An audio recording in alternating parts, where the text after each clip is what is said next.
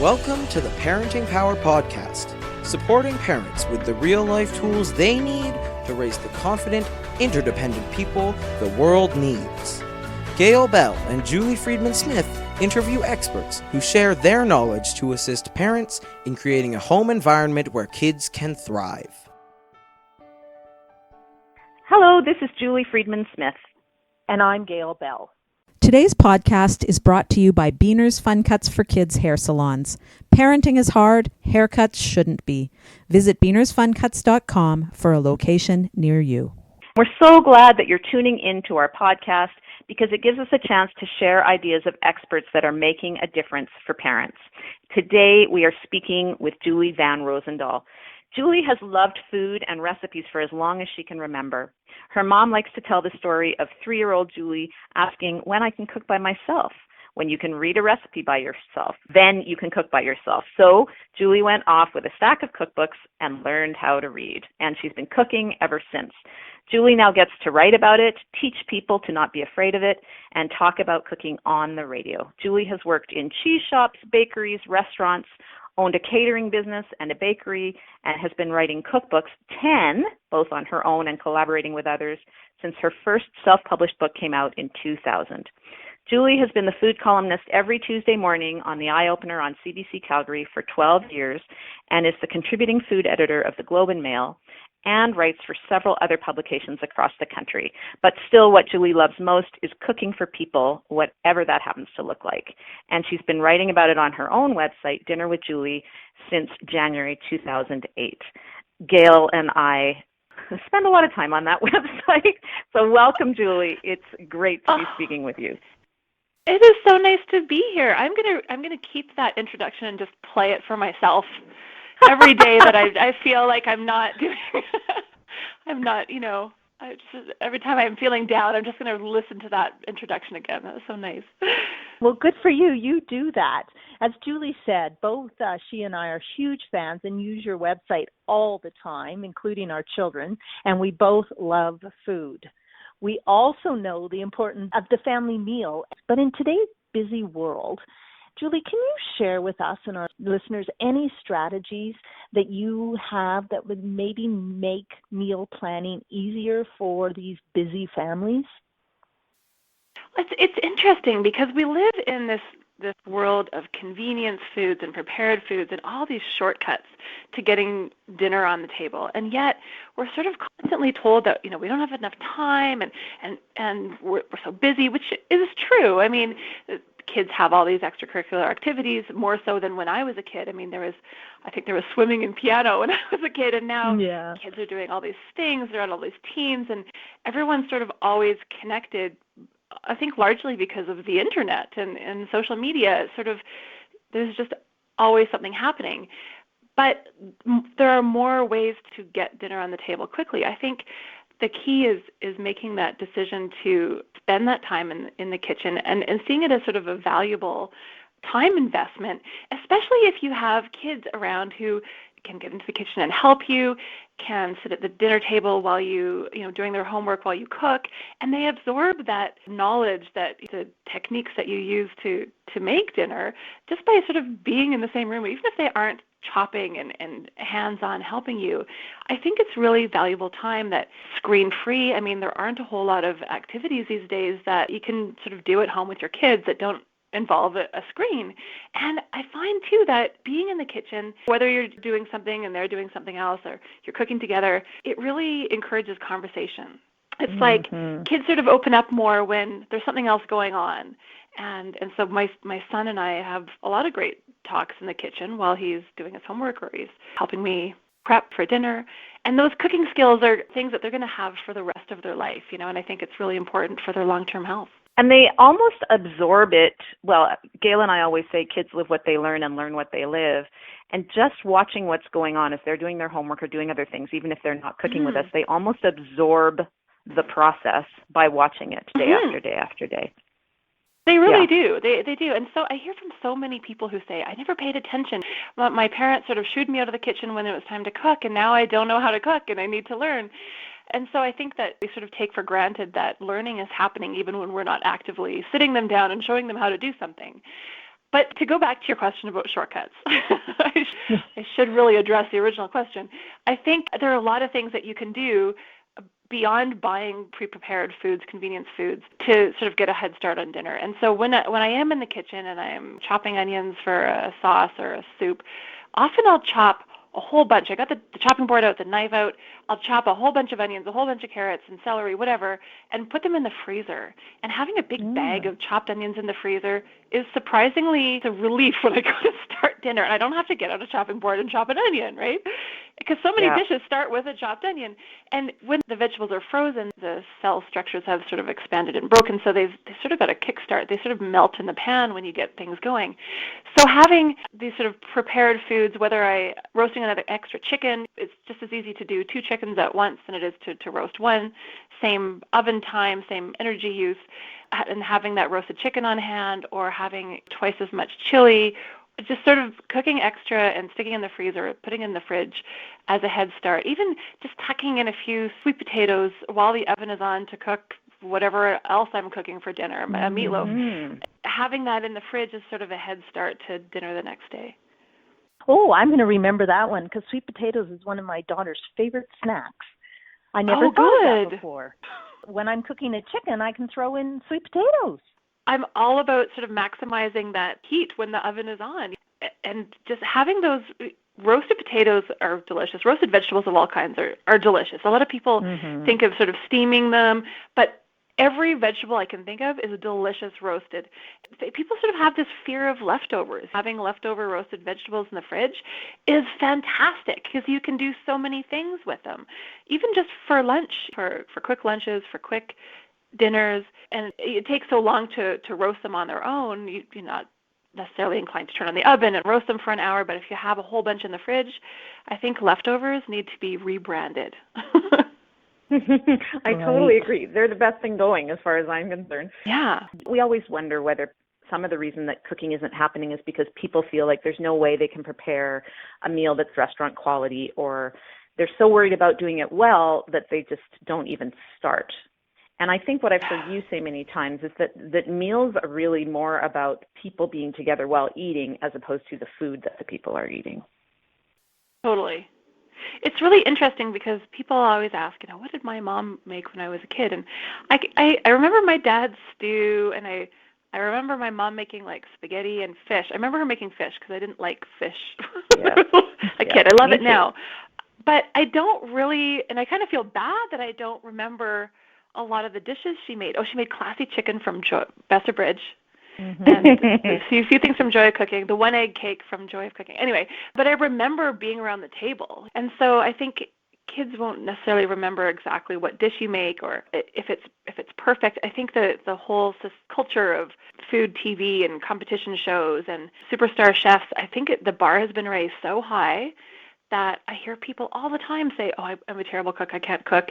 But they actually can. They just are so afraid of not being fantastic. And I think that it's important to remember, too, that there isn't one right way to roast a chicken and a whole bunch of wrong ways. There are so many different ways to roast chicken or make rice or make pasta, or everything that you can make, that you can do 1,000 different ways. And they're just different. They're not right and wrong.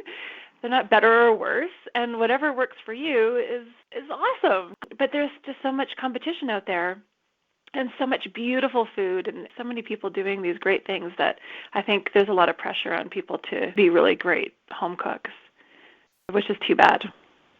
Yeah, that makes a lot of sense. So, yeah, we've got to take that pressure off us for sure. We don't need to be Facebooking every meal and saying what a great cook we are, right, for our family. So that's really important for all of us to remember. We've got the strategy of prep when you can, or prep multiple things when you are prepping. Have your children around, whether they're helping or just with you. Julie, what do you think about setting aside that time, not just for prep, but actually figuring out what maybe you're going to have 5 out of 7 meals, maybe not every meal, but do you see value in that for parents to be able to get more dinners on the table? Yeah, I think a lot of people do. I mean, you see those meal kits are really huge right now. People have the ingredients all prepped and measured and delivered to their door, which seems a little extreme to me, but if it works, That's great. A lot of people find that it's easy to plan out the weekends, everyone's schedules are different. And if you schedule that time to plan ahead, I think you don't have that, it's 4 o'clock, I'm starving, everyone's cranky, and we have no idea what's for dinner, and then you order pizza or go to the drive-thru. I think having a few things stashed away in the freezer is always a good idea to sort of pull out and reheat quickly. And some people dedicate a day of the weekend to cook for the week, which is great if you're okay spending a chunk of your weekend that way. A lot of people just do their prep for the week, whether it's just chopping and prepping or whether it's cooking entire dishes and putting them in the fridge or freezer. I think that can really save you a lot of stress just worrying about what's for dinner every day. Well, I think the worry is a great word that a lot of parents feel. I'm not feeding my kids well. So to take the worry out is awesome. And I also like the idea of inviting more people to sort of share the table. I think that when we talk about people being afraid of not being a great cook, I think that leads to fewer invitations to dinner. People don't have dinner parties like they used to, and they don't invite people over as often as they used to, I feel. And partly I think that's due to, it seems, an increase in different food sensitivities and different dietary needs, and people worrying that they need to accommodate the gluten-free or vegan or all these different ways people eat. But I also think that it has a lot to do with performance anxiety and thinking that you have to plan out this sort of Martha Stewart level dinner if you're going to invite anybody over. It's this sort of big deal. I had a friend years ago, she texted me on like a Wednesday, and she said, "You guys want to come over for chicken burgers for dinner?" And I was like, it's Wednesday, we have kids, it's like a work week, it's a school night. It was so weird, but I was like, sure.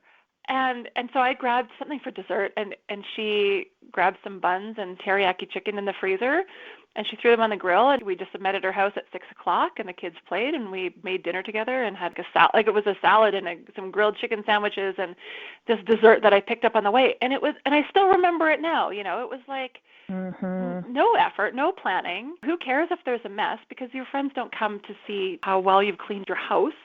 They come to spend time with you. And I think making that effort and not overthinking things, life is too short to not have people around the table, whether it's your relatives or not. I grew up without any relatives in town. They were all out east.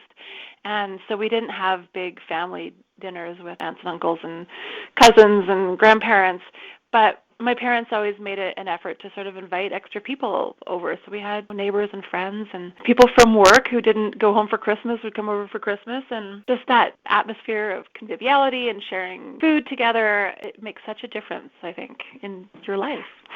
And it's important for our kids to see that they are part of a bigger group, that they are part of a community. And so that is another great way to have our kids realize that there are more people that care about them, but also that they're not the most important thing, that there are a bunch of people here and each of them lives their own lives, and we can all come together and support each other. So I love that idea. It's so easy. You're right. If you're not really worried about the what and you're more focused on the who and just making it happen, there's a lot of benefits that can come from it. Exactly. It can be the same old things. Whatever you're going to make, a pot of spaghetti. We talked about, our kids are in the kitchen, they're doing their homework, they're watching us cooking, which is certainly beneficial. Are there any secrets that you have to share about really getting our kids involved more in the cooking? What are recipes that you love to involve kids in, or do you have any tips that you would share on really bringing our kids into that process? Instead of pushing them out when we're cooking, how do we bring them into the kitchen? And I think the kitchen is a perfect domain for kids because all your senses are at play. There's smells and touches and tastes and visual stimuli. Depending on their age, there's always something that they can do, whether it's knead bread or measure ingredients or shake up dressing in a jar. It doesn't all have to involve knives and heat. And that's how I learned math. To this day, the only math that I'm good at is fractions because I learned my fractions because you had to. Your cake wouldn't work out if you didn't, know your fractions.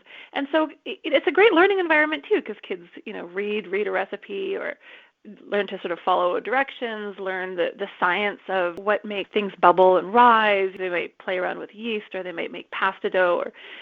And as a little aside, I get pasta machines, like those hand crank pasta machines are great birthday presents, because kids, you never know what toys they have, but every kid loves a pasta machine, and it's something they can take with them when they grow up and move away.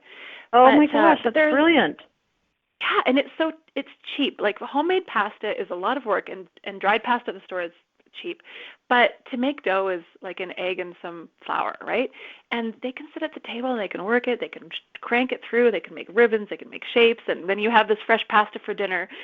There are so many things in the kitchen that kids of all ages can do, even using knives. I mean, I had my son chopping at, I don't know, like 3 years old. I mean, with me beside him, but he loved to chop things. So I would give him things like mushrooms cut in half so they didn't wobble around, or zucchini is perfect because they're kind of curved, they lie flat, they don't roll around, and they're soft. So he would just chop vegetables, and if I didn't need to use them right away, I would just stick them in the freezer to use in like pasta sauce or soup or whatever. And now he's pretty confident with a knife. He's 12 and he can cook a lot of things. And so I think, not being afraid of having your kids in the kitchen is a big thing. Because we're often taught that it's dangerous, and and of course there are some dangers that you should absolutely be conscious of. And then if they're really hesitant and they're really not into it, which is unusual, I find most kids are really interested when they are allowed to get in the kitchen and cook, because it's such a creative outlet, and because there's food at the end. And I suggest to parents of younger kids to take them to the library. There are huge cookbook sections, and they can look through the cookbook sections and choose some things that they're interested in, and then they usually choose something that you don't think they're going to want to cook. When I teach kids or I talk to them and I always ask them what they like to cook, it's rarely pizza and chicken fingers, and often it's cookies, because that's something that we often bake with kids. It's sort of a short project, and there's warm cookies at the end. But I hear all the time, I like to make hummus, I like to make salmon, these things that you don't think of as kid food. So if you sort of let them choose some cookbooks and go home and cook it for dinner, I think that inspires them as well. When I was a kid, my parents gave my sisters and I, there were three of us, each one night a week where we were responsible for coming up with a menu and making dinner. And they would buy the ingredients, and that was, I think, a really good lesson. When we were fairly young, and we just had to make dinner that night, and it was kind of nice to have that control as a kid too, to be in charge of what everybody has for dinner. So talk about doing that with my son, and he's like, awesome, we're going to have pizza and hot dogs. But when we were kids, we kind of tried to outdo each other. So we had really good meals on our nights, and we would try and balance them and have a vegetable. And so I think there's a lot of ways to do it. That's a summertime practice at the Friedman Smith house, has been for years and years. And you're right. All you need to do is be clear around what we need: a protein, we need a starch, and we need a vegetable, or whatever the rules are in your house. And then your kids can just fill those expectations. Exactly. Started that in the Bell household with lunches. So we just sat down as a family and brainstormed all the different protein choices, vegetable, fruit choices, and then we posted it on the pantry door. And when the kids were packing their lunch, they knew they had to have something from every section. They had to have a protein and a fruit and a vegetable. So we can set them up for success and then open up the options as they get older. Yeah, exactly. And having learning that satisfaction of cooking for other people too, I think, is a big appeal. I learned that when I was young, and I started baking mostly because I loved cupcakes and cookies. So I just started baking a lot. But then I learned how happy it made people. So I think seeing it as not as a chore. I mean, whoever lumped together cooking and cleaning, I don't understand. One is definitely has nothing to do with the other. And having kids not view it as a chore, I think, is huge. To like it instead of dread it. Julie, speaking with you today has been so valuable. Thank you for sharing all that information with us. We've got lots of tips in lots of different areas. If listeners wanted to find out more information about you, where is the best place for them to follow you? My website is dinnerwithjulie.com. And all my social media handles are the same. So Instagram, Twitter, Facebook, Dinner with Julie. A friend came up with it 10 years ago, and it stuck. Well, it's a good one, and we certainly use it. Thanks so much again, Julie. Thank you for having me. To learn more about Parenting Power, check out our website, parentingpower.ca, visit our Facebook page, or follow us on Instagram and Twitter @Parenting Power.